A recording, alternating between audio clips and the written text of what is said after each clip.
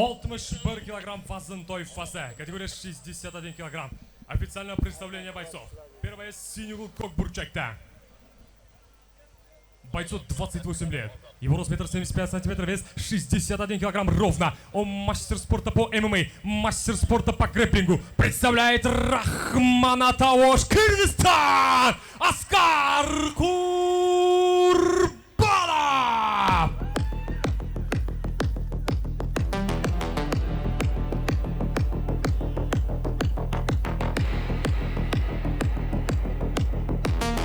Raqibi qizil burchakda. Hamyurtimizning yoshi 29da, bo'yi 173 сантиметр, вазна 61 килограмм. Он мастер спорта международного класса, чемпион Узбекистана по ММА, чемпион Узбекистана по грэпплингу, чемпион Узбекистана по джиу-джитсу, представляющий Октепа Файт Клаб Самарканд! Мадрахим Jabborov! Alqishlar albatta mahalliy sportchiga. Dastavval keling ko'p burchakdagi sportchini aytib o'tamiz. Referi Baydenka Satullo Sharipov 3-0 rekordi. Mana shuning o'zi ko'p narsa haqida aytib o'tadi. Ana uning raqibi do'stlar. Submission qiroli desak ham bo'ladi. Havaskor grapplingda ko'p bor kuzatganman. Ushlagan joyini qo'yib yubormaydigan Madrahim Jabborov do'stlar. Bugun ajoyib, aynan mana shu jang meni fikrim bo'yicha ajoyib grappling bahsini kuzatamiz bu yerda. Har ikki sportchi ham bilamiz, grappling usullarini juda yaxshi ishlatadi. Madrahim ham juda ham bizning tajribali va sport bilimlariga chanqoq sportchilarimizdan biri va bu jang haqiqatan chiroyli bo'ldi. Faoliyatida bitta mag'lubiyat bor Oktagon ligasida. Do'stlar, o'sha jang ochkolar bo'yicha hal bo'lgan. Qolgan barcha bahslarda u muddatdan avval submission qo'llagan holda g'alaba qozonishga erishgan. Oxirgi jangida haqiqatan ham mag'lubiyatga uchragan va unga hozirda o'z xalqi ko'z oldida g'alabali seriyaga qartish imkoniyati berilyapti. Raqib oson emas, u low-kick, qanchagina og'ir, qanchagina kuchli raund kick ortidan 3-0 natijaga ega bo'lgan raqib. Dinamika joyida, zarbalar yo'llash hammasi kutyapti. Madrahim bahsni parterga o'tkazishdi. Jangni. Ikkita zarba va bu. Unga farqi yo'q, qaysi joylashuvda bo'lishi umuman hozir takedown amalga oshiryapti. Parterga o'tkazildi. Qirg'izistonlik sportchi hozirda ustunlikka biroz ega bo'lib turibdi, lekin biz bilamiz Madrahim bu holatdan jiu-jitsu ustasi sifatida ajoyib foydalana olishi mumkin va u sarosimaga tushib qolmaydi bunday vaziyatlarda. Birgina xato undan foydalanadi. Jabborov birgina xato. Biroz harakat qilyapti, qo'lni armbar holatida ushlashga, lekin raqib ham bu narsani sezib turyapti.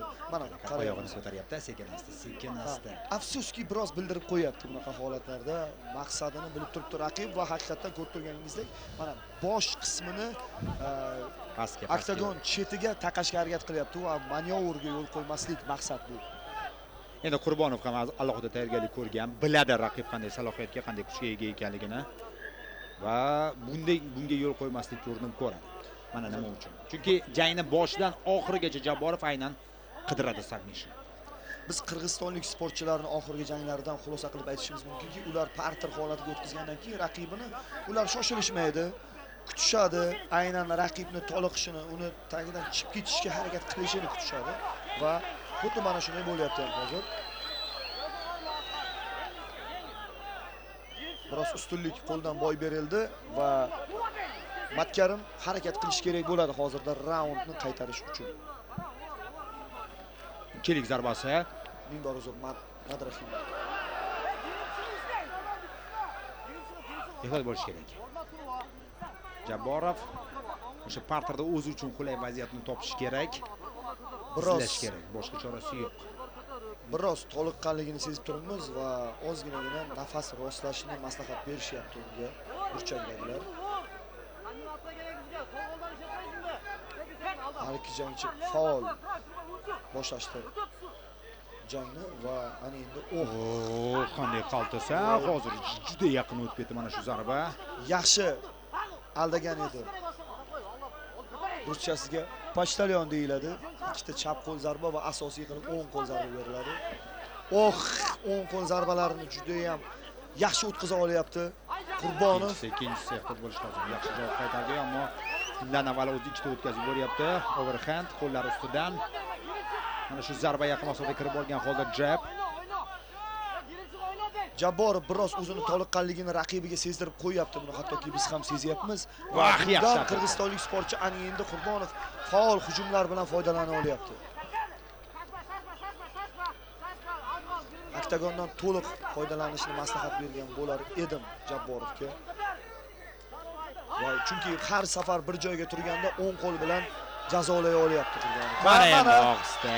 parter holatiga o'tkaza oldi. Faqat vaqt juda kam qolgan, a. Side control. Unda 30 soniya deyarli, 30 soniyadan biroz ko'proq vaqt bor. Mahkam bog'lab olgan Qurbonov. Raundni o'z foydasiga hal qilish uchun. Va uch burchakni boshlayaptimi? Yo'q. Qo'lini chiqarib oladi darhol. Ancha kuchini sarflab o'tirmaydi bu yerda hozir Jabborov va raund tugashini kutadi, chunki bu yerda juda ham kam vaqt qolyapti. Mana bunday zarbalar vaziyatni O'ng qo'l o'nglash zarbasi. kech bo'lmasa. Yaxshi, ground and pound yuqoridan 10 soniya vaqt qolyapti. Ya'ni bitta zarba juda muhim.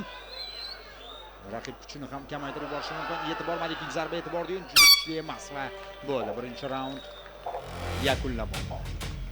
Hozirda biroz kichik ustunlik bilan qirg'izistonlik sportchi oldinda deyishimiz mumkin va ana endi biroz kichik ustunlik, juda ham kichkina.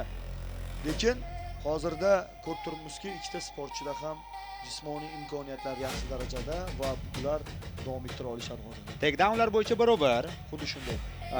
Qirg'izistonlik jangchi nazorat qilganida parterda ko'ramiz. Zarbalar deyarli yo'llamadi, faqatgina shunga harakat qildi va o'sha vaziyatda Madrahim submission qiladi. Lekin stoykada, ya'ni turgan holatda zarbalar mashinuvida qirg'izistonlik sportchi bir nechta zarbani o'tkazdi, ammo takedown bilan javob qaytardi Jabborov va o'sha yerda keyinchalik ground and pounddan zarbalar yo'lladi. Menimcha tenglik bor, biroz tenglik. Stoykada qirg'izistonlik sportchi yaxshi harakat qildi, parterda o'zi ustunlikka ega bo'lganda Madrahim Jabborov 2-3 ta kuchli zarbasini o'tkazdi raqibga. Ikkinchi raund do'stlar.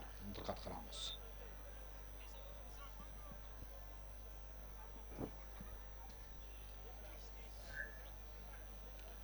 Jabborov juda ham faol harakat qilishi kerak hozirda.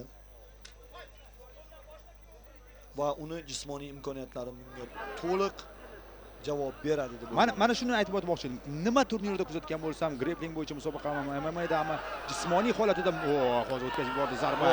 Kirish. Voy! O'ng qo'l zarbasi. Nega? Biroz Izzatullo Sharipov bu yerda biroz erta to'xtatdi deyishimiz mumkin, lekin zarba o'tkazib yuborganlik hozir holatini qaytadan ko'ramiz. O'ng qo'l zarbasidan keyin yuzi bilan yerga ag'anaganligi sababli menimcha bu yerda jangni to'xtatdi Izzatullo Sharipov. Menimcha noto'g'ri qildi degan fikrdan men ham boshda hozir ehtirosga berilib ketdim. Aslini olganda noto'g'ri deb aytib o'tmoqchi edim, lekin haqiqatan ham anchagina kuchli yon taraflama zarba. Zarbadan so'ng qirg'izistonlik sportchi bu narsani hisobga olmadi. Jabborov bir necha bor o'ng qo'l zarbasini o'tkazdi va bu narsani hisobga olish kerak edi va mana hozir bu narsa afsuski unga pand berdi. Salomatlik birinchi o'rinda. To'g'ri ish bajardi Izzatullo Sharipov, jangni boshqarib borayotgan referi. Tavakkal qilgisi kelmadi. Albatta. Jangchining chunki referining hurmatli do'stlar, birinchi o'rinda bu yerda vazifasi jangchini sog'ligini saqlab qolish. Askar Qurbonovni esa tabriklaymiz. 3-0 rekordi 4-0 aytib o'tdik. Bejizga emas uning rekordi 3-0. Zarba almashinuvdan anchagina kuchli raqib. Madrahim jangni parterga o'tkazishga harakat qilib ko'rdi o'sha vaziyatda. Biroz ochiq kirib bordi. Va o'ng qo'l zarbasi to'g'ridan to'g'ri jab. Bir emas, ikkita zarba ketdi. Xuddi shunday. Va bu yerda o'ylaymanki, agarda Izzatullo Sharipov to'xtatmagan taqdirda nima bo'lgan bo'lar edi? Bu endi bil olmaymiz. Biz bila olmaymiz endi bularni. Bo'ldi. O'tib ketdi vaziyat. Hozir takror lavhalar bo'ladi, albatta ko'ramiz yana bir bor. To'liq biz boshqa tarafdan professional sportga ko'proq imkoniyat beradi. Bundan murakkabroq vaziyatlarni ko'rganmiz o'sha katta ligalarda ham. Ammo o'sha fikrda qolamiz Boburbek. To'g'ri qaror, sportchining salomatligi birinchi o'rinda. Xuddi shunday.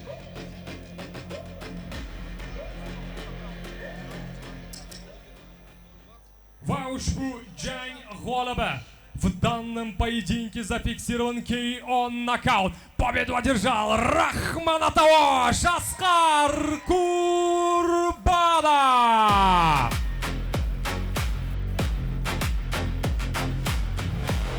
Takror lavhada ko'ramiz do'stlar. Takroriy lavhada lavhani ko'rsatishsa biz minnatdor bo'lar edik.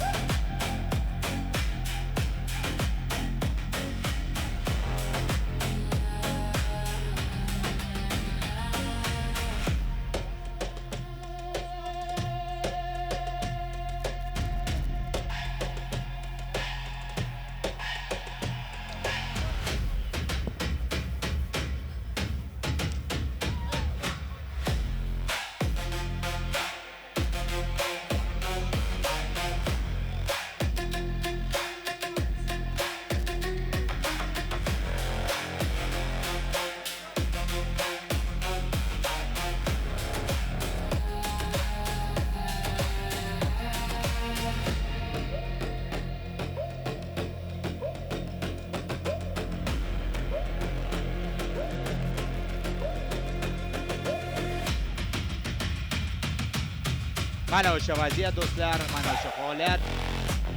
Qiyin vaziyat edi. Yo'q. Bundan avvalroq shu zarba paytini ko'rsatish kerak edi.